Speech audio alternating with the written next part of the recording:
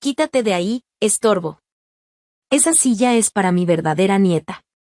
Tú eres una bastarda, igual que tu madre. Lárguense de mi casa. El grito de mi madre cortó el aire de la cena de Nochebuena. Vi a mi hija de 9 años caer al suelo, su rodilla golpeando el piso duro. Mis hermanas, en lugar de ayudar, se rieron. No lloré. No supliqué. Solo saqué una gruesa carpeta legal y la dejé caer sobre la mesa. En ese momento, ellas no sabían que esa simple carpeta las iba a dejar en la calle, mendigando. Gracias por estar aquí, por favor comenten la letra y para saber que están listos y escúchenme contar toda la historia. El olor a bacalao a la vizcaína, vino fresco y perfume caro llenaba el comedor de la inmensa casa. Una casa que, como pronto descubrirán, no les pertenecía realmente. Éramos 25 personas en esa cena de Nochebuena. Tíos, primos, sobrinos, todos reunidos bajo el techo de Doña Carmen, mi madre. La mesa principal estaba decorada con cristalería reluciente, manteles de hilo y un centro de mesa que probablemente costaba más que mi renta mensual. El ambiente era ruidoso, lleno de risas fingidas y presunciones. Mis hermanas, Victoria y Lucía, presumían sus joyas nuevas y sus recientes viajes a Europa. Yo estaba sentada en la esquina más alejada, como siempre, intentando hacerme invisible. Mi hija Julieta, de apenas 9 años, se levantó para ir al baño.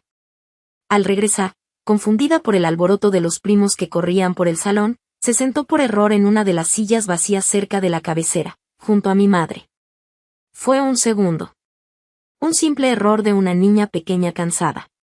Lo que pasó después todavía hace que me hierva la sangre al recordarlo. Mi madre, Doña Carmen, giró la cabeza. Sus ojos se clavaron en Julieta con un desprecio absoluto, un odio puro y sin filtros. Su mano, adornada con anillos de oro gruesos, salió disparada. Agarró a mi hija violentamente del brazo, clavándole las uñas a través de la manga del suéter. «Quítate de ahí, estorbo», gritó mi madre. Su voz resonó sobre el ruido de los villancicos, silenciando a toda la sala. «Esa silla es para mi verdadera nieta, la hija de Victoria. Tú eres una bastarda, igual que tu madre. Lárguense de mi casa». Y con un movimiento brusco, empujó a Julieta.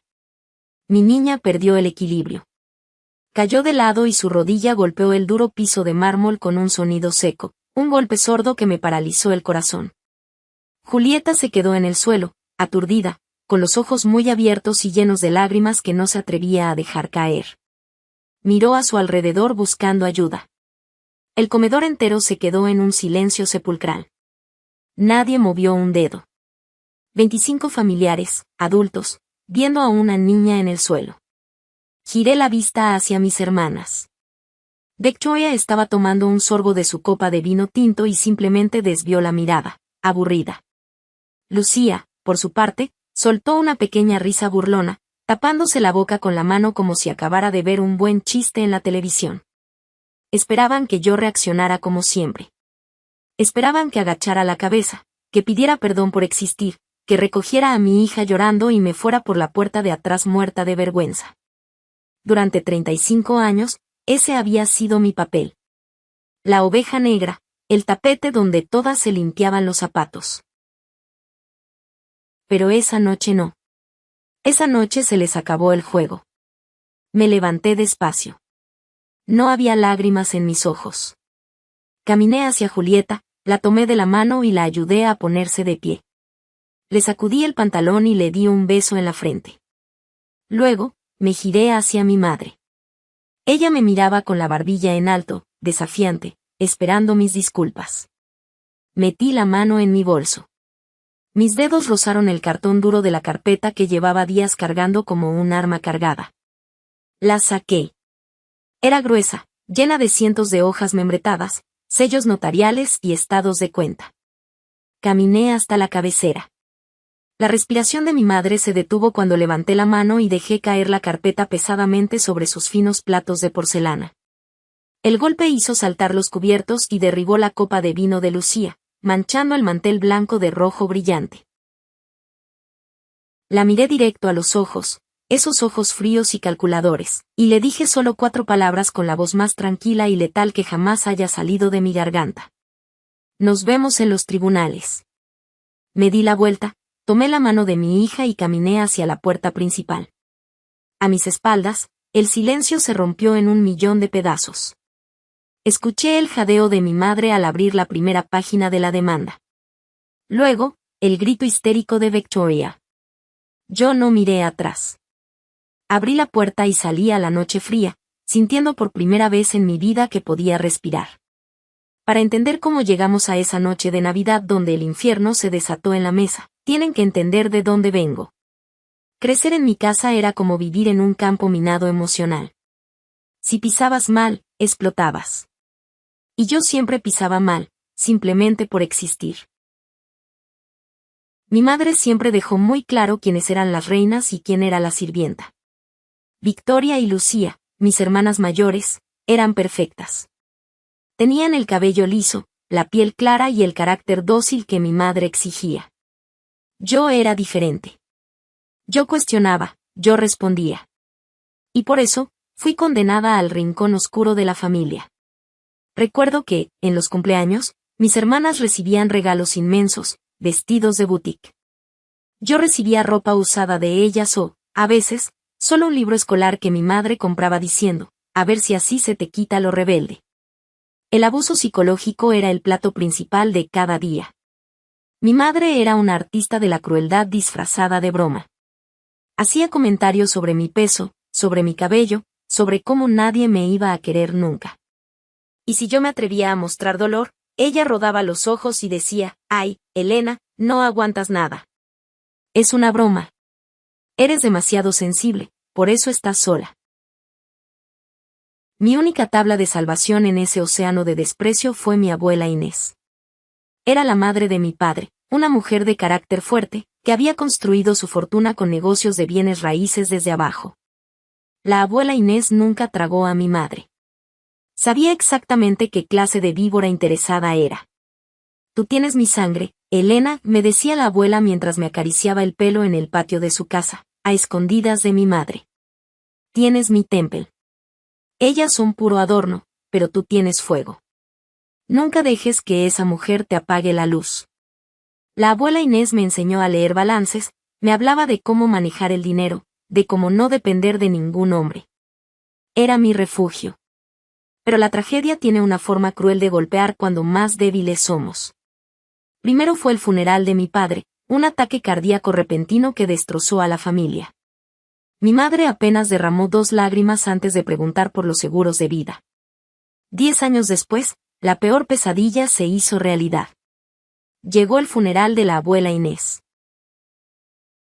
Recuerdo ese día con una claridad dolorosa. Llovía a cántaros. Yo estaba destrozada, sosteniendo a Julieta, que apenas era un bebé. Victoria y Lucía lloraban ruidosamente frente al ataúd, un espectáculo patético de dolor falso. Mi madre estaba de pie junto a ellas, vestida de negro impecable, pero con los ojos fijos en el abogado de la familia que estaba al otro lado de la sala. En cuanto el cuerpo de mi abuela bajó a la tierra, la dinámica de poder cambió brutalmente. Mi madre, usando su estatus como viuda de su hijo y alegando ser la figura de autoridad, se autoproclamó albacea de la familia. Manipuló, gritó y movió hilos legales con una rapidez aterradora para tomar el control de todos los documentos, las llaves de las propiedades y las cuentas bancarias de la abuela. La casa donde vivíamos se volvió un territorio aún más hostil. Ya no había nadie que me defendiera. La abuela Inés, mi escudo protector, estaba bajo tierra. Mi madre se encargó de dejarme muy claro que, ahora sí, yo estaba a su merced. Me miraba con una frialdad nueva, una arrogancia que nacía del poder absoluto. Unas semanas después del entierro, fui citada al comedor principal. Fue el inicio de la gran mentira. Ahí estaba mi madre, sentada en la silla que antes ocupaba mi abuela, con un fajo de papeles en la mano y una sonrisa triste que no le llegaba a los ojos. Me preparé para el golpe, pero no imaginé la magnitud de la estafa que estaba a punto de tragarme sin masticar. Esa tarde en el comedor, mi madre dejó los papeles sobre la mesa y suspiró profundamente. Se frotó los ojos fingiendo cansancio. «Elena, Siéntate, y dijo con esa voz condescendiente que me daba escalofríos. He estado revisando las cosas de tu abuela Inés. Es un desastre. Un completo desastre. Me senté al borde de la silla. ¿A qué te refieres, mamá? La abuela tenía sus propiedades, sus negocios. Mentiras, me cortó ella de golpe, golpeando la mesa. Tu abuela vivía de apariencias los últimos años. Estaba hasta el cuello de deudas. Hipotecó todo. Los abogados acaban de confirmarlo. No dejó nada, Elena. De hecho, dejó puros problemas que ahora yo tengo que pagar de mi bolsillo para que no manchen el nombre de la familia. Yo estaba en shock. La abuela Inés siempre fue meticulosa con el dinero. No tenía sentido. Pero yo, ingenua y emocionalmente agotada por la pérdida y por mi reciente proceso de divorce, no tuve la fuerza para pelear. Mi esposo me había dejado por otra mujer, dejándome sola con Julieta, que apenas caminaba. Mi autoestima estaba en el subsuelo. Entiendo, murmuré, tragándome el nudo en la garganta. Así que no esperes herencias ni cuentos de hadas. Tienes que trabajar y mantenerte sola. Yo ya hago suficiente con apoyar a tus hermanas, que si tienen familias respetables que cuidar. Y así lo hice. Creí la mentira porque era más fácil que enfrentar la idea de que mi propia madre me estaba robando. Conseguí un trabajo como cajera en un supermercado, trabajando doble turno por un miserable salary que apenas cubría la renta de un departamento húmedo y la comida de Julieta. Llegaba a casa con los pies hinchados, llorando de cansancio mientras mi hija dormía. Mientras yo me partía la espalda, el dolor y la ruina de mi familia duraron sorprendentemente poco. Apenas 6 meses después del funeral, la magia comenzó a suceder. Lucía, que no había trabajado un solo día en su vida, apareció de repente con una camioneta del año. Un regalo de un admirador, dijo ella riendo nerviosamente cuando le pregunté. Victoria, por su parte, comenzó la remodelación total de su casa. Cambió pisos, tumbó paredes, construyó una piscina. Y mi madre empezó a viajar a Europa, subiendo fotos desde París y Madrid bebiendo champán. Cuando pregunté de dónde salía el dinero, la respuesta siempre era la misma. Tu hermana Lucía consiguió una gran promoción en un trabajo remoto, el esposo de Victoria hizo un negocio brillante. Son mis ahorros de toda la vida, Elena, no seas envidiosa. La humillación diaria era la norma. Una tarde de invierno, Julieta enfermó de una fuerte infección en la garganta. El médico me recetó un antibiótico caro que yo simplemente no podía pagar. El seguro de mi trabajo era una burla. Desesperada, me tragué mi orgullo y fui a casa de mi madre a pedirle prestado. Al llegar, Victoria y Lucía estaban ahí, rodeadas de bolsas de tiendas de diseñador. Mi madre tomaba café. Me acerqué, temblando, y les expliqué la situación de Julieta. Les supliqué, un préstamo de unos pocos cientos de pesos para la medicina. Dije que trabajaría horas extras para pagarlo. Victoria me miró de arriba abajo, con esa mezcla de asco y lástima. Metió la mano en su bolso Louis Vuitton de miles de dólares, sacó un billete de 200 pesos arrugado y lo tiró al suelo frente a mis pies. Aprende a buscarte un buen marido que te mantenga, muerta de hambre, dijo Victoria con una sonrisa cruel. No somos el banco de tus fracasos. Mi madre no dijo nada. Solo tomó un sorbo de café y miró por la ventana. Me agaché. Mis lágrimas caían sobre el piso de mármol mientras recogía el billete, sintiendo que perdía el último gramo de dignidad que me quedaba. Salí de ahí corriendo para comprar la medicina, jurándome a mí misma que algún día las cosas cambiarían. Pero aún no sabía qué tan profundas eran las raíces de su maldad. El desprecio crónico te hace callar, pero no te hace estúpida. Yo no soy tonta. Veía el nivel de gasto de mis hermanas y de mi madre y sabía que las matemáticas simplemente no cuadraban. Ninguna promotion en el mundo, ningún negocio rápido del esposo de Victoria podía justificar la cantidad obscena de dinero que estaban derrochando. Autos, joyas, terrenos. Todo mientras mi madre seguía sosteniendo el teatro de que la abuela había muerto arruinada. La semilla de la duda echó raíces y comenzó a crecer. Empecé a prestar atención. Me fijé en cómo mi madre se ponía nerviosa si yo me acercaba al correo. Me fijé en que los abogados que visitaban a la familia cerraban las puertas con llave.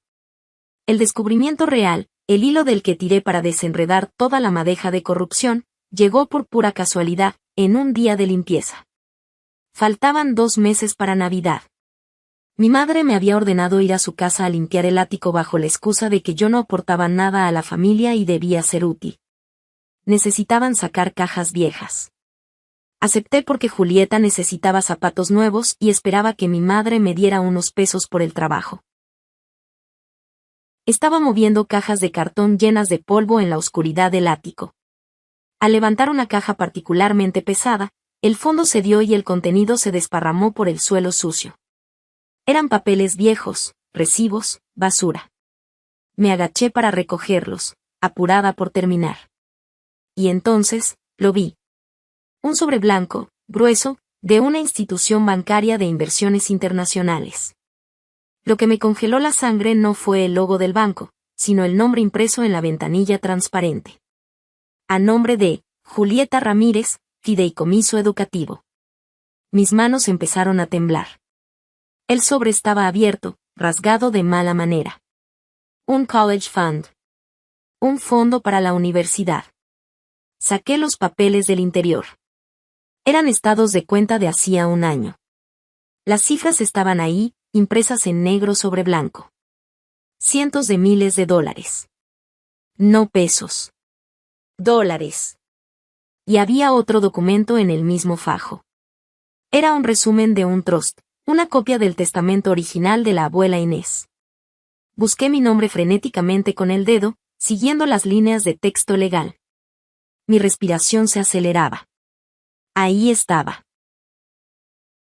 Dejo el 50% de mi capital líquido, propiedades e inversiones a mi nieta legítima, Elena Ramírez. El restante 50% será dividido entre Victoria y Lucía. Me senté en el suelo sucio del ático, incapaz de procesar el golpe. El 50%. La abuela me había dejado la mitad de todo porque sabía que ellas me dejarían sin nada. El documento detallaba la herencia, la verdadera herencia. Era una fortuna. Miré el estado de cuenta de la cuenta de mi hija. Había transferencias de salida masivas.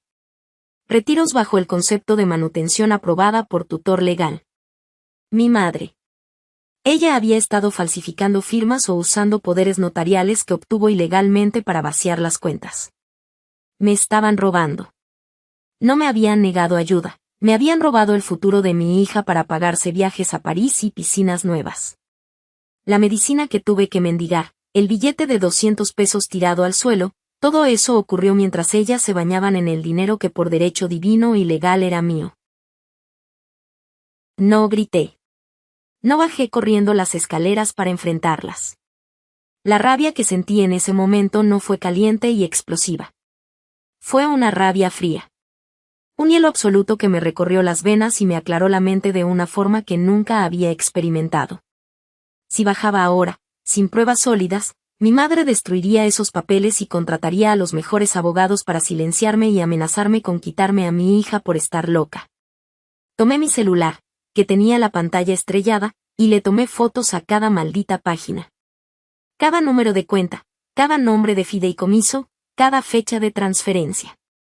Aseguré las fotos en la nube. Luego, doblé los papeles, los metí exactamente como los encontré en la caja, y las sellé con cinta. Terminé de limpiar el ático en silencio. Bajé, me lavé las manos, y le dije a mi madre que había terminado. Me dio 100 pesos y me dijo que no ensuciara la alfombra al salir. Tomé los 100 pesos. Le sonreí. Gracias, mamá, le dije. Porque sabía que sería la última vez en su vida que ella tendría el control. Con las fotos ardiendo en mi teléfono, supe que no podía cometer errores. No podía confiar en ningún abogado local, no en la pequeña red de compadrazgos de mi ciudad donde mi madre conocía a todo el mundo. Necesitaba un depredador legal. Necesitaba a alguien que no se dejara intimidar por el apellido de Doña Carmen. Pasé 3 semanas investigando en secreto durante mis descansos en el supermercado, usando el Wi-Fi gratuito. Encontré a la licenciada Josefina Mendoza. Operaba desde la capital, a 3 horas de distancia. Tenía reputación de ser una abogada implacable, experta en fraudes testamentarios y recuperación de activos. Cobraba por resultados, llevándose un porcentaje brutal de lo recuperado, pero no pedía honorarios por adelantado si el caso era seguro. Y mi caso era oro puro. Pedí un día libre por enfermedad y viajé en autobús hasta su despacho. Era una mujer de unos 50 años, con trajes de corte perfecto, una mirada gélida y un despacho que olía a café expreso y a expedientes caros. Me senté frente a ella y le conté la historia en 10 minutos. Sin lágrimas, sin emociones. Solo los hechos. Luego, deslicé mi teléfono por el brillante escritorio de caoba, mostrando las fotos de los documentos del ático. Josefina se puso las gafas. Pasó las fotos en silencio durante 3 minutos que parecieron siglos. Sus ojos oscuros escaneaban cada número, cada fecha. Cuando finalmente dejó el teléfono sobre la mesa, se reclinó en su silla de cuero y juntó las puntas de sus dedos. Tu madre no es muy inteligente, Elena dijo con voz plana y rasposa. Es ambiciosa, pero es descuidada. Creía que nunca ibas a despertar. Lo que tienes aquí es un fraude fiduciario de libro de texto, falsificación de documentos y robo agravado. Sentí que el aire regresaba a mis pulmones. Quiero mi dinero, licenciada. Quiero hasta el último centavo que me robó, y el fondo de la universidad de mi hija. Josefina asintió levemente. Lo tendrás. Pero vamos a hacer esto a mi manera. Si vas y le gritas ahora, moverá el dinero a paraísos fiscales o bienes raíces a nombre de terceros. De hecho, hizo una pausa y tecleó algo rápidamente en su computadora. Tus hermanas no tienen la capacidad mental para lavar dinero a esta escala. Alguien las está ayudando. Y ahí comenzó nuestra investigación silenciosa. Durante los siguientes 6 meses, yo seguí siendo la hija callada, sumisa y pobre. Iba a las comidas de los domingos, soportaba los insultos de Victoria sobre mi ropa barata y aguantaba la indiferencia de mi madre. Pero cada noche, me enviaba mensajes encriptados con Josefina. La lawyer era un sabueso de sangre. Con las órdenes de un juez investigador que ella consiguió en secreto en la capital, rastreó cada centavo que salió del fideicomiso. Descubrimos la cloaca entera. El dinero no iba directamente a mis hermanas. Mi madre había usado a Roberto, el esposo de Victoria, como prestanombres. Roberto era el operador. Había creado empresas fantasma para desviar el capital de la herencia y luego pagaba remodelaciones. Compraba autos a nombre de las empresas y emitía tarjetas de crédito corporativas para que Victoria y Lucía vivieran como reinas sin levantar sospechas del fisco. Habían lavado millones. Están atados de pies y manos, me dijo Josefina en una llamada telefónica en noviembre. Tengo las firmas falsificadas de tu madre, tengo los desvíos internacionales de Roberto. Lo tengo todo. Ya preparé las demandas por fraude, las órdenes de embargo precautorio y la solicitud de congelamiento total de sus cuentas bancarias.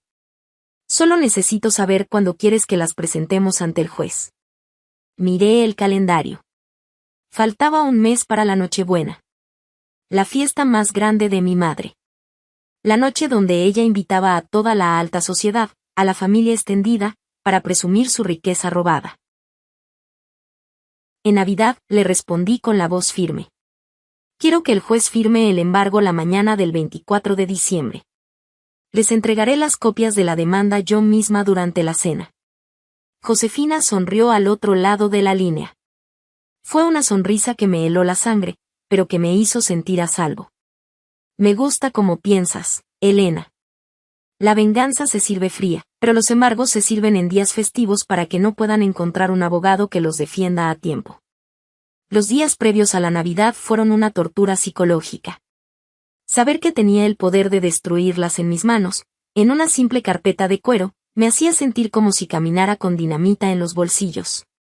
El estrés era inmenso. Mi mandíbula crujía por la tensión de tener que sonreírles cuando lo único que quería era gritarles en la cara. A mediados de diciembre, mi madre me llamó por teléfono. Elena, la cena será a las 8. No llegues tarde. Y por el amor de Dios, ponle a Julieta algo decente. Van a venir los tíos de Monterrey y no quiero que parezcan unas limosneras. Apreté el teléfono hasta que los nudillos se me pusieron blancos. Sí, mamá. Ahí estaremos. Impecables.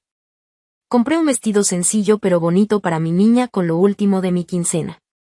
Yo me puse mi mejor traje, el que usaba para las entrevistas de trabajo. Dentro de mi bolso negro y gastado, descansaba la carpeta. Pesaba como si contuviera plomo. Eran 100 páginas de pruebas irrefutables. Las actas constitutivas de las empresas falsas de Roberto, las firmas periciales que probaban que mi madre había falsificado la firma de la abuela Inés para nombrarse albacea única, y las órdenes de embargo que el juez ya había firmado en la capital, listas para ejecutarse el lunes a primera hora.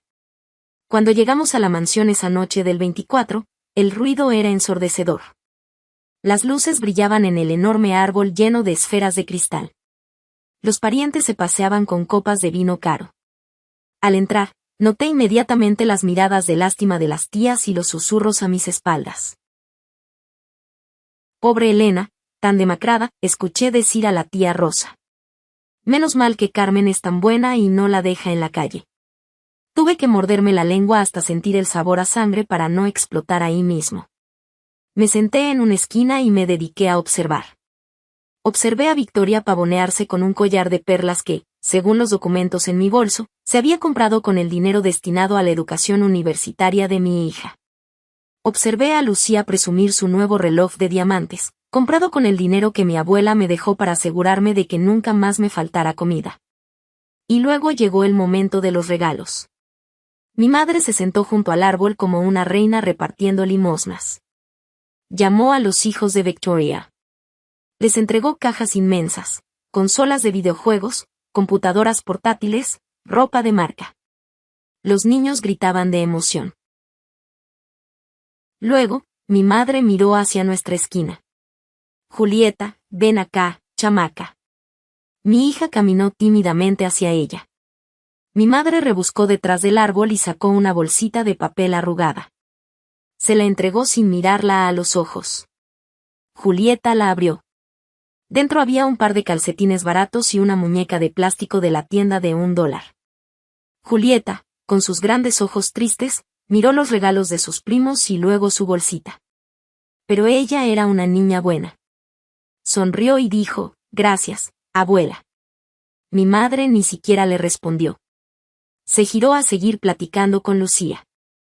En ese preciso instante, toda la duda, todo el miedo de destruir a la familia, se evaporó de mi alma como agua en una sartén caliente. Ya no había lástima en mí. No había piedad. Me di cuenta de que si no detenía esto hoy, le estaría enseñando a mi hija que merecía ser tratada como basura. Le estaría enseñando que el abuso debe tolerarse por el bien de la paz familiar. No. Eso se acababa hoy. Apreté la correa de mi bolso. El reloj de la pared marcaba las 10 de la noche. Era hora de la cena. Era hora de cobrar la factura de 35 años de dolor. Nos llamaron a la mesa. Ocupé mi lugar en la esquina inferior. Julieta fue al baño y, al volver, ocurrió el incidente de la silla. Ocurrió el empujón. El grito de bastarda. La caída. Y la carpeta sobre la mesa. Cuando salí de esa casa tras soltar la carpeta en la mesa, el aire helado de la noche me golpeó la cara, pero yo me sentía ardiendo por dentro. Julieta caminaba a mi lado, aferrada a mi mano. Mamá, ¿por qué la abuela me empujó?, me preguntó con la voz temblorosa mientras nos acercábamos al auto. Me agaché frente a ella, tomé su rostro entre mis manos y la miré fijamente. Tu abuela está enferma de envidia y maldad, mi amor. Y a partir de hoy, nunca más vas a tener que verla.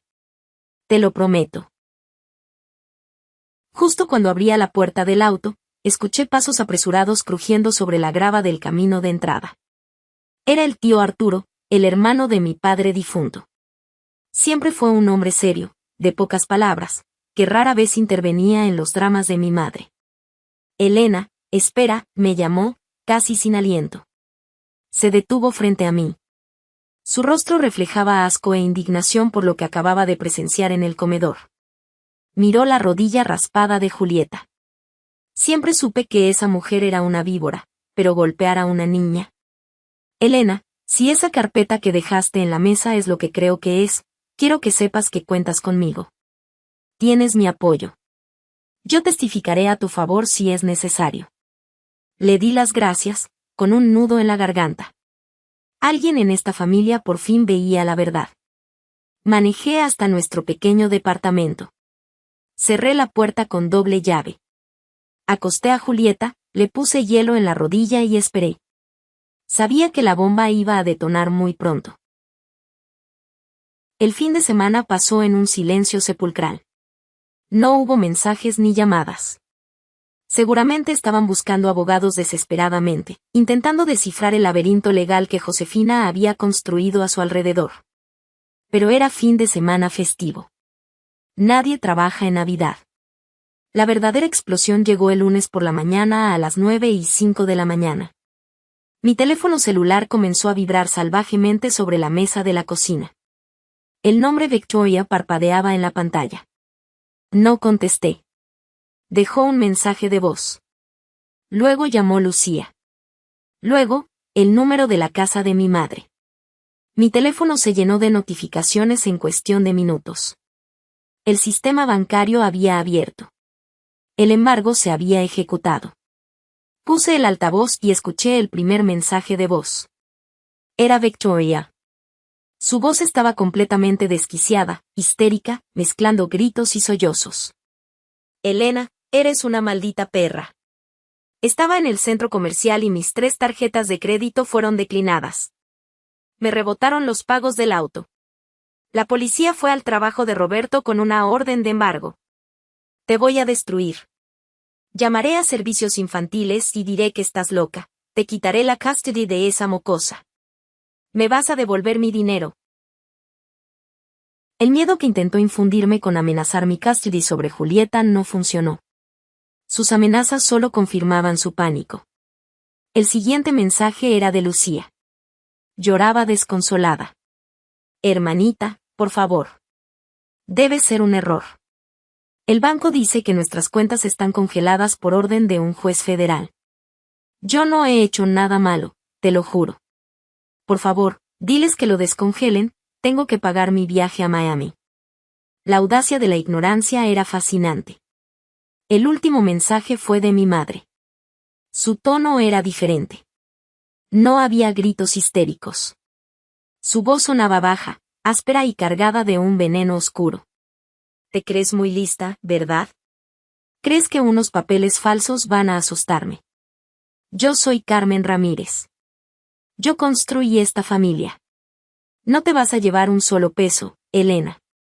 Te voy a aplastar en los tribunales y te voy a dejar en la ruina absoluta. Eres una muerta de hambre y siempre lo serás. Borré los mensajes sin responder a ninguno.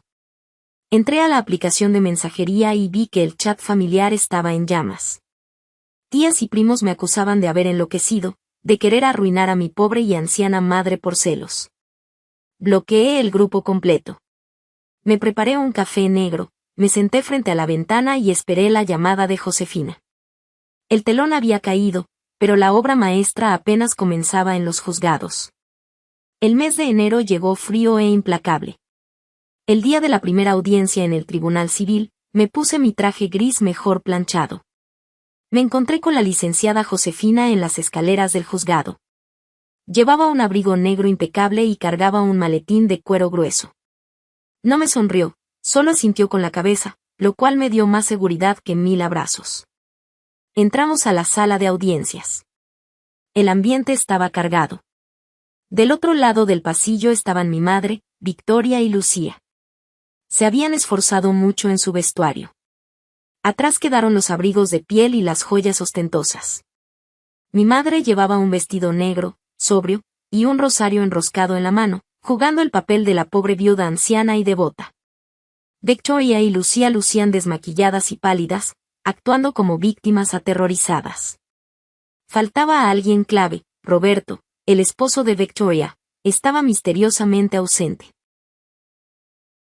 El juez, un hombre mayor de expresión dura y cansada, golpeó el mazo.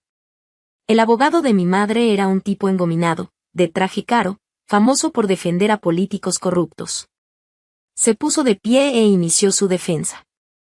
Fue un monólogo repugnante, cargado de cinismo y clasismo.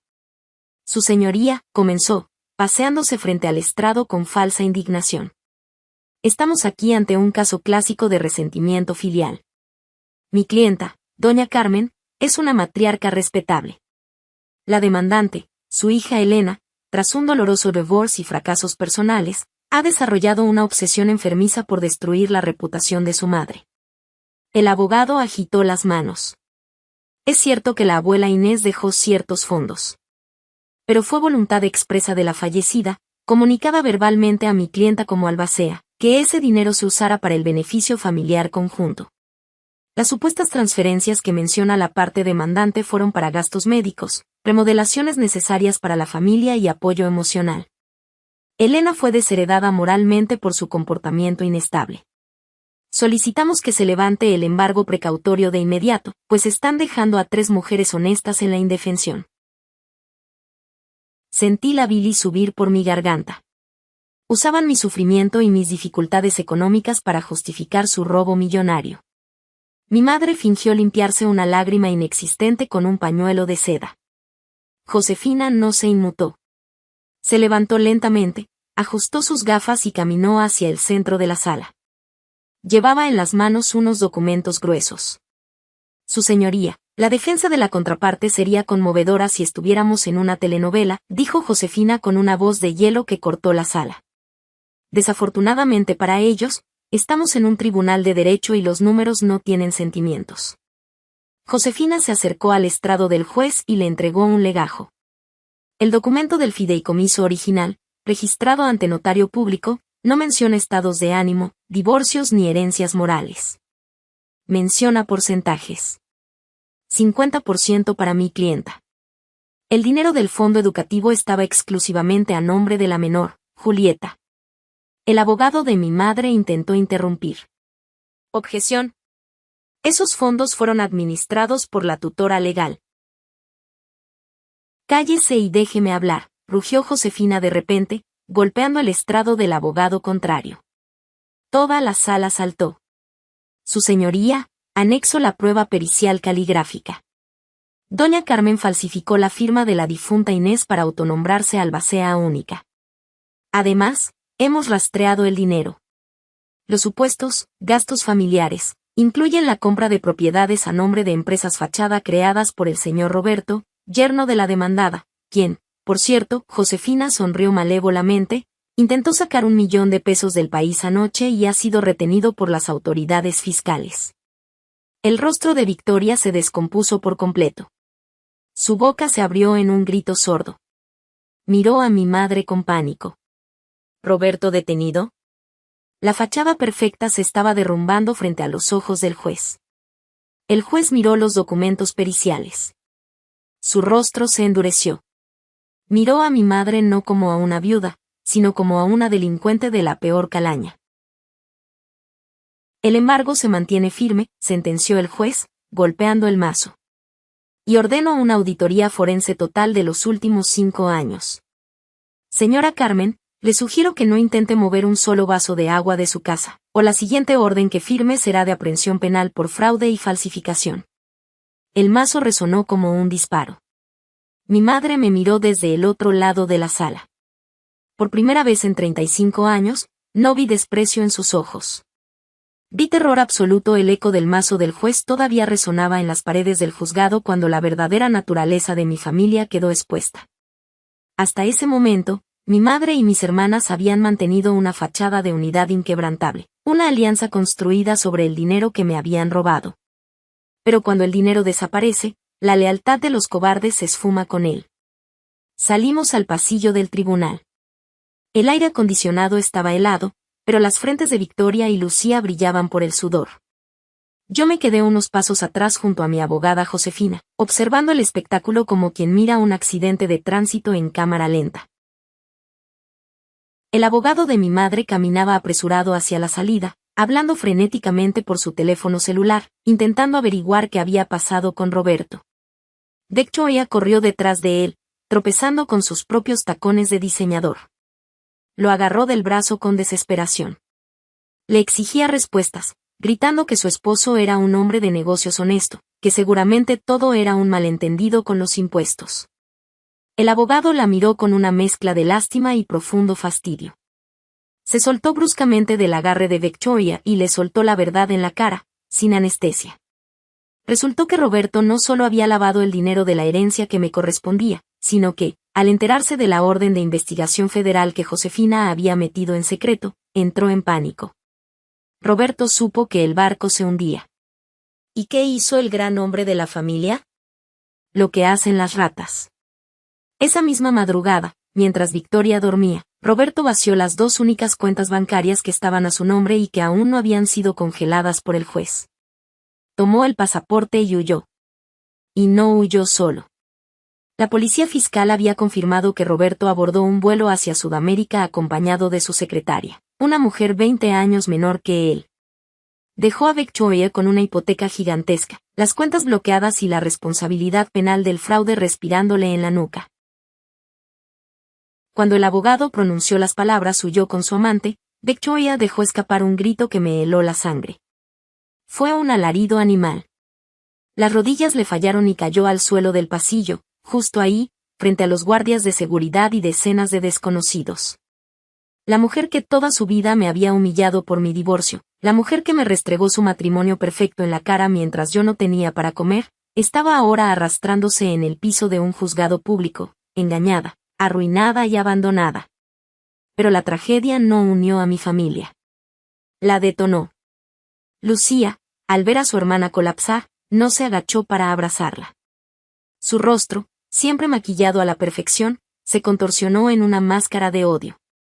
Señaló a Victoria con un dedo tembloroso y empezó a gritarle frente a todos. «Es tu culpa, estúpida. Todo esto es tu culpa y la de tu marido inútil. Por su culpa me van a quitar mi camioneta. Yo no tengo nada que ver con sus robos, yo solo recibía mi dinero de mi madre», chillaba Lucía, con la voz aguda rebotando en las paredes de mármol. Victoria levantó la cara, manchada de rímel negro. Se abalanzó sobre Lucía como una fiera, agarrándola por el cuello de su costosa blusa de seda. «Tú gastaste tanto como yo, maldita sanguijuela. Tú sabías de dónde venía el dinero. Viajaste a Europa con el fondo universitario de la mocosa de Elena». Comenzaron a jalonearse ahí mismo. Los guardias del tribunal tuvieron que intervenir para separarlas, amenazando con arrestarlas por alteración del orden público. Y en medio de todo ese caos patético, estaba mi madre. Doña Carmen, la gran matriarca. La mujer que siempre controló todo con puño de hierro. Estaba petrificada contra la pared, con los ojos muy abiertos, viendo cómo su imperio de mentiras, apariencias y clasismo se desmoronaba en cuestión de minutos. Había perdido el control de sus hijas. Había perdido el respeto de la sociedad. Y lo más importante para ella, había perdido el dinero. Crucé la mirada con mi madre desde la distancia. Yo estaba de pie, erguida, tranquila, respirando profundamente. Ella tragó saliva y desvió la mirada hacia el suelo. Ya no era la dueña de la situación. Ahora, ella era la presa. El proceso legal avanzó implacable durante los siguientes 2 meses. Mi abogada Josefina no les dio ni un segundo de respiro. La auditoría forense reveló cada transacción, cada peso robado, cada firma que mi madre falsificó para usurpar mi herencia. El cerco se cerraba y ellas estaban acorraladas. Victoria tuvo que vender sus muebles para pagar la luz, y Lucía se vio obligada a conseguir un empleo como recepcionista ganando el salario mínimo, algo que ella consideraba una tragedia griega. Llegó el día de la audiencia definitiva. Era la sesión donde el juez dictaría la sentencia final y ordenaría la reparación de los daños. El ambiente en la sala era tenso, pesado.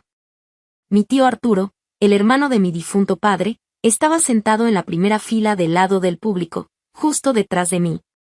Vino para apoyarme moralmente, asqueado por lo que su cuñada nos había hecho a mí y a Julieta. Cuando el juez pidió a la defensa que presentara sus últimos argumentos antes de emitir la sentencia, ocurrió lo impensable. Mi madre, desesperada por no perder su mansión y evitar ir a prisión, decidió jugar la carta más sucia, vil y repugnante que un ser humano podría usar contra su propia sangre. El abogado de mi madre se puso de pie, secándose el sudor de la frente. Carraspeó, luciendo visiblemente incómodo con la estrategia que su clienta le obligó a usar. Su señoría, comenzó el abogado, evitando mirarme. Existe un hecho fundamental que anula todo este proceso. Un hecho doloroso que mi clienta, la señora Carmen, mantuvo en secreto por respeto a la memoria de su difunto esposo, pero que ahora se ve obligada a revelar para proteger el patrimonio de sus verdaderas hijas. La sala quedó en un silencio absoluto. Josefina, a mi lado, entrecerró los ojos. Yo sentí un frío repentino en la boca del estómago. La demandante, Elena Ramírez, continuó el abogado de mi madre, no tiene ningún derecho legal sobre la herencia de la señora Inés. Porque Elena no es hija biológica del hijo de Inés. Doña Carmen confiesa ante este tribunal que, hace 36 años, tuvo una relación extramarital. Elena es producto de esa infidelidad. Un murmullo de conmoción estalló en la sala. Escuché a mi tío Arturo soltar una maldición en voz alta desde la banca de atrás. Me quedé congelada. Mi propia madre, sentada a escasos metros de mí, acababa de confesar públicamente ser una adúltera frente a decenas de personas, manchando el nombre de mi padre y el suyo propio, única y exclusivamente para quitarme el dinero. El juez golpeó el mazo pidiendo orden. Su rostro reflejaba una mezcla de asombro y profundo disgusto. Miró a mi madre fijamente. ¿Está usted consciente, señora, de la gravedad de lo que está declarando bajo juramento? ¿Está afirmando que mintió en el acta de nacimiento de la demandante y que ocultó esto durante más de 3 décadas? Mi madre se puso de pie. Llevaba un velo negro, tratando de lucir trágica. Es verdad, señor juez, dijo con voz temblorosa, fingiendo dolor. Lo oculté por vergüenza. Pero no puedo permitir que una extraña, una bastarda, le robe el pan de la boca a mis hijas legítimas. Ella no tiene la sangre de Inés. No le toca nada. El golpe fue devastador. No por el dinero, sino por la maldad pura que requería hacer algo así. Usar la memoria de mi padre, el único hombre que me quiso en esa casa antes de morir, como un arma. Me hirvió la sangre. El dolor agudo se transformó en una rabia incandescente, una fuerza que me levantó de la silla antes de que Josefina pudiera detenerme. Señor juez, pido la palabra, dije con voz fuerte, clara y sin un solo temblor. El juez me concedió la palabra.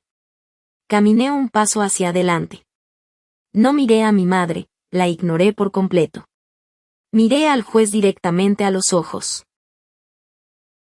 Acepto el desafío, declaré, escuchando mi propia voz resonar en la madera del estrado.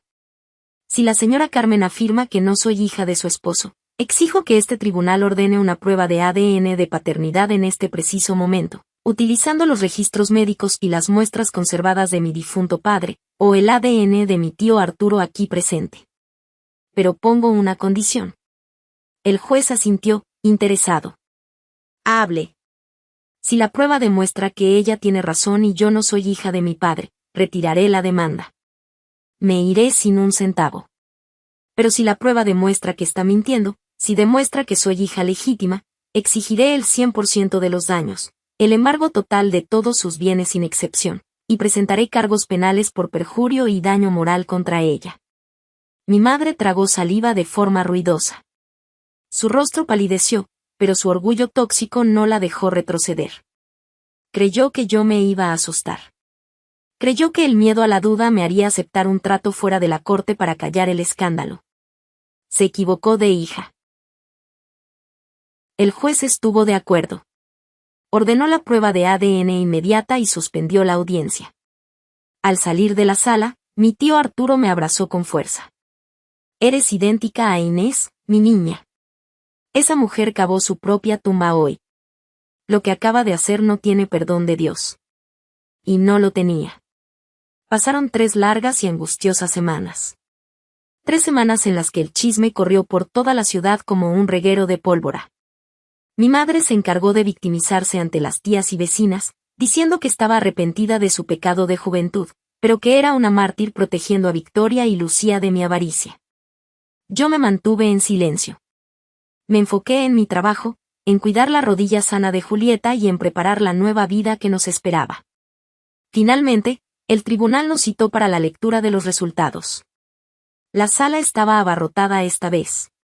La historia se había convertido en un circo público y todos querían ver el final de la función. Mi madre lucía demacrada, las ojeras oscuras asomaban bajo el maquillaje. Quizás, en el fondo de su retorcida mente, la duda también la carcomía, o tal vez simplemente ya sentía la soga al cuello.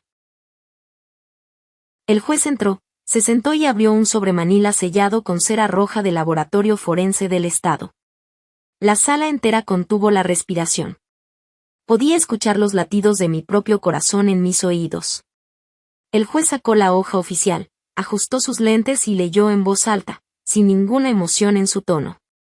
Resultados de la prueba de paternidad ordenada por este tribunal. Comparativa de marcadores genéticos entre el sujeto A, Arturo Ramírez, hermano biológico del padre fallecido, y el sujeto B, Elena Ramírez. El índice de probabilidad de parentesco por línea paterna directa es del 99.99%. El juez bajó el papel y miró a mi madre con el desprecio más absoluto que he visto en el rostro de una autoridad. Usted mintió, dijo el juez, su voz resonando como un trueno en la sala. Usted no solo robó. Usted perjuró ante este tribunal, difamó a su difunto esposo, intentó despojar a su hija legítima mediante el fraude y arrastró el nombre de su familia por el lodo, todo por codicia. Mi madre se hundió en su asiento. Se tapó la cara con las manos y comenzó a sollozar, pero esta vez nadie sintió lástima. Victoria y Lucía la miraban con odio. Ella las había humillado públicamente, las había dejado expuestas como las hijas de una mentirosa patológica. Josefina se puso de pie, implacable. Solicitó la ejecución inmediata del castigo. Y el juez no dudó ni un segundo. La sentencia fue brutal. Y fue hermosa. El tribunal ordenó el embargo total y definitivo y la subasta pública de la mansión familiar, la misma casa donde yo crecí siendo tratada como basura. Ordenó la incautación de las cuentas bancarias restantes, la recuperación de la camioneta de Lucía y de todos los bienes comprados con dinero robado. Pero eso no era todo. El juez autorizó el embargo precautorio de un porcentaje del salario de Victoria y Lucía de por vida, hasta que cubrieran el total del dinero que despilfarraron, incluyendo los intereses generados durante años y la restitución completa del fondo universitario de mi hija Julieta. Terminaron arruinadas.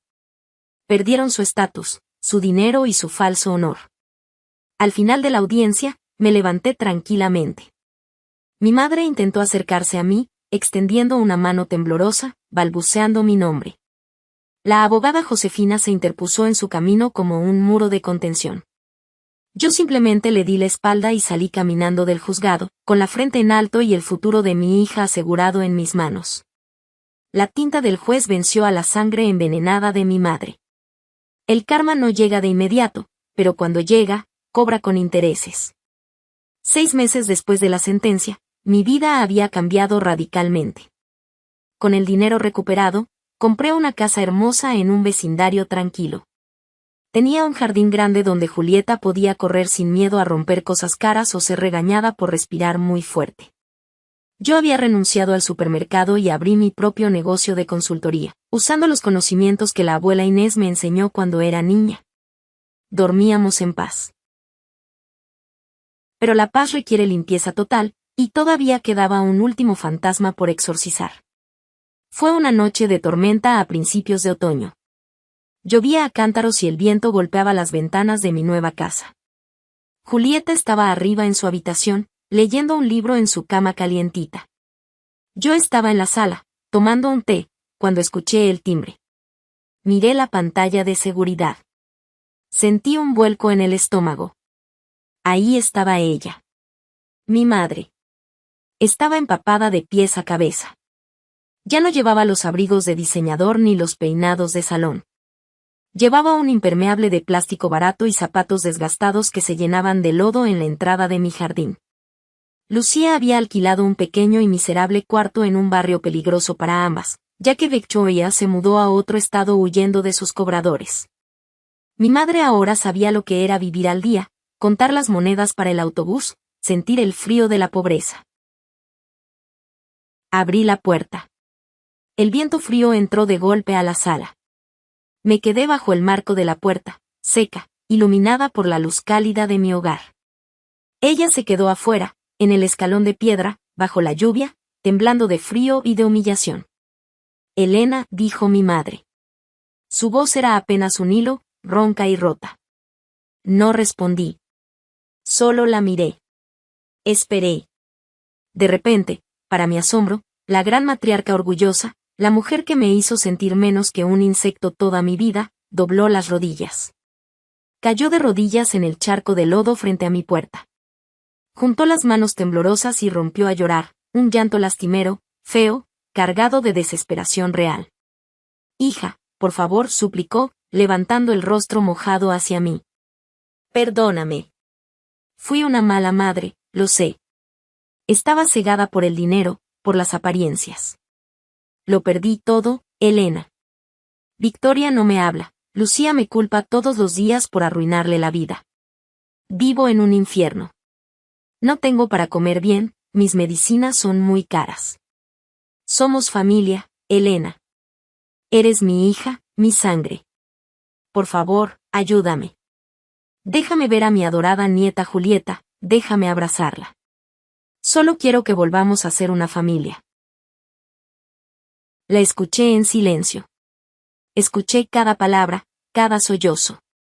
Busqué dentro de mí algún rastro de lástima, algún sentimiento de compasión filial. Pero no había nada. Solo había cenizas de un incendio que ella misma provocó. Recordé las madrugadas llorando porque no me alcanzaba para la leche de mi hija. Recordé el billete de 200 pesos tirado en el suelo. Recordé la mentira en la corte intentando borrar a mi padre.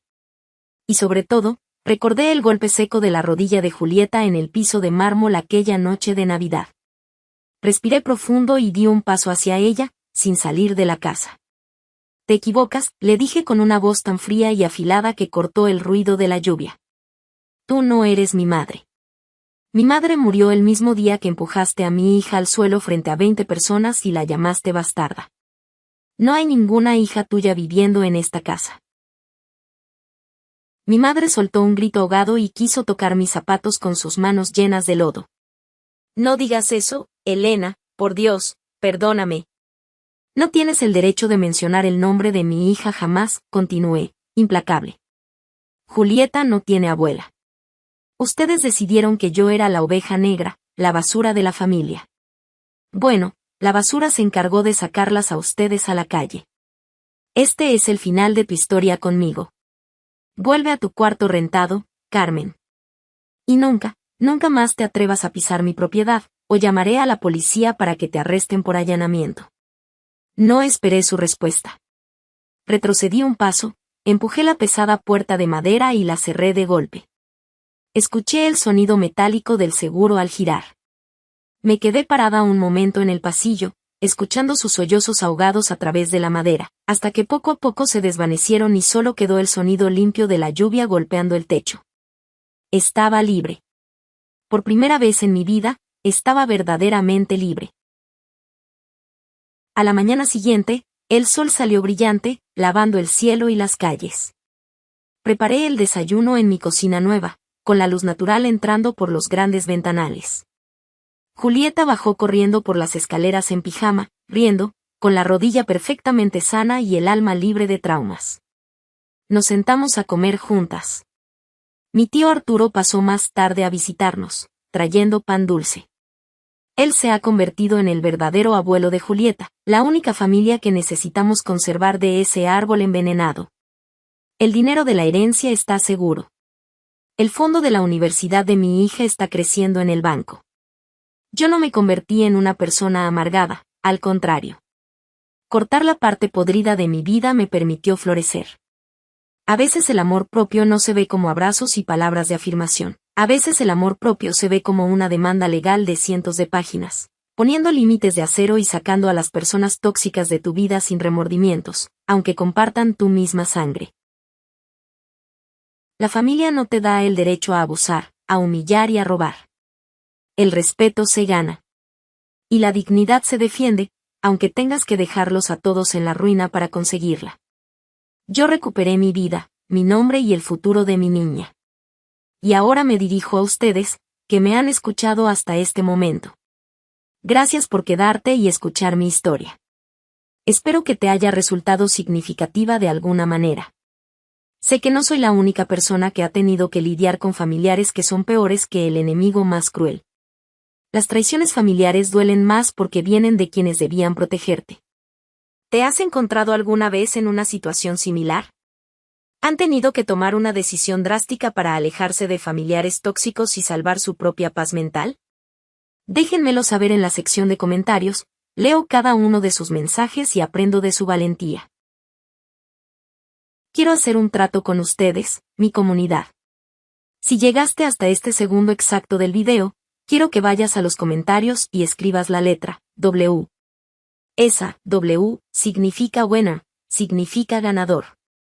Es el código secreto de nuestro club del 1%. Cuando veas sus W en los comentarios, sabré que son de esas personas fuertes, resilientes, que escuchan, que analizan y que tienen la fuerza para enfrentar cualquier tormenta en sus vidas. Ustedes son los verdaderos ganadores, la gente que llega hasta el final. No olviden dejar su like si esta historia les hizo sentir algo hoy, y denle al botón de follow para que sigamos compartiendo juntos muchas más historias de justicia, superación y vida real. Gracias por su tiempo, valen oro. Cuídense mucho, protejan a su verdadera familia, la que ustedes eligen, y nos vemos en el próximo video. Adiós.